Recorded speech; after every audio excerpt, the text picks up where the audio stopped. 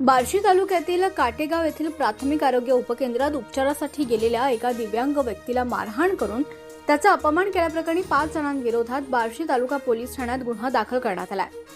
भारतीय न्याय संहितेतील विविध कलमांसह दिव्यांग व्यक्ती हक्क अधिनियम 2016 अंतर्गत ही कारवाई करण्यात आली आहे। याबाबत दिनेश आदिनाथ गवळी वय वर्ष 42 राहणार काटेगाव तालुका बार्शी यांनी फिर्याद दिली आहे। फिर्यादीनुसार मंगळवारी दिनांक 16 जून रोजी दुपारी 2 वाजता त्यांच्या अपंग पायावरील उपचारासाठी ते काटेगाव येथील प्राथमिक आरोग्य उपकेंद्रात गेले होते।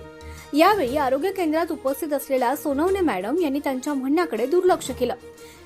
याबद्दल त्यांनी विचारणा केली असता त्यांच्यावर सोनवणे मॅडम यांनी शिवीगाळ करत त्यांच्या कानशिलात मारल्याचा आरोप देखील फिर्यादीनं केलाय। त्यानंतर चंद्रसेन गोपाळ गवळी यांनी फिर्यादीला केंद्राबाहेर नेऊन लोखंडी पाईपनं मारहाण केली। तसंच घटनेचं चित्रीकरण करत असताना त्यांच्या हातातील मोबाईल हिसकावून जमिनीवर आपटून फोडल्याचा देखील आरोप करण्यात आलाय। यानंतर दयानंद गोपाळ गवळी, कौशल्या गोपाळ गवळी आणि सागर बबन गवळी हे तेथे आले। त्यांनी एकत्रितपणे हातानं आणि लाथाबुक्क्यांनी मारहाण केली, शिवीगाळ आणि दमदाटी सुद्धा केली।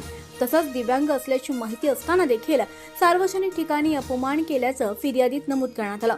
दरम्यान या गोंधळात फिर्यादीच्या खिशातील सुमारे 8,000 रुपयांची रोख रक्कम हरवल्याचं देखील तक्रारीत म्हटलंय।